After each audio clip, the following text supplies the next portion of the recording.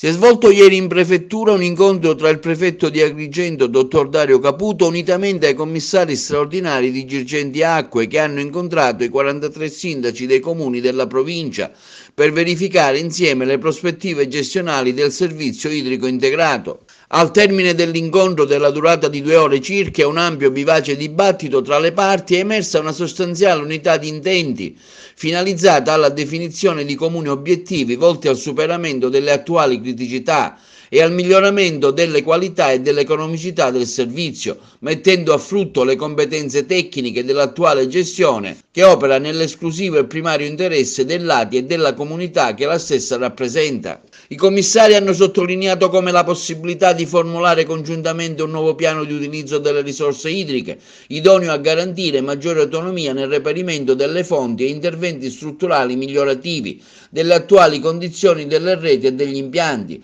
che assicurano in condizioni di maggiore economicità, di garantita parità di diritti, la continuità dell'erogazione dell'acqua e il pieno rispetto dei parametri ambientali e sanitari. I sindaci dal loro canto hanno manifestato unanime apprezzamento per l'iniziativa del prefetto dottor Caputo, hanno espresso la volontà di collaborare con i commissari e hanno assicurato il proprio impegno nella sollecita determinazione delle modalità operative di affidamento a regime del sistema idrico integrato al soggetto che dovrà subentrare alla gestione commissariale. Sentiamo i delegati commissari prefettizi. Ma no, la cosa fondamentale è che i sindaci si determinino, quindi ci diano quelle regole che loro vogliono applicare, che queste regole ci consentono di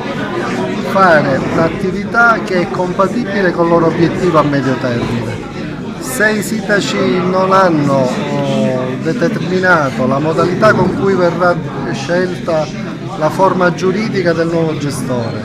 e non hanno determinato le regole con le quali dobbiamo utilizzare le fonti e dovrà il nuovo gestore gestire gli impianti, tutto questo non ci mette nelle condizioni, uno, di avere un piano economico-finanziario affidabile, secondo, di portare la gestione verso una gestione utile a riconsegnare al nuovo gestore gli impianti nelle migliori condizioni e secondo un piano di intervento già definito. L'occupazione, i dipendenti, c'è un problema anche con Hydrotechnic, quale sarà il loro futuro? Il loro futuro per la verità è legato a un piano di natura industriale che dobbiamo ridisegnare.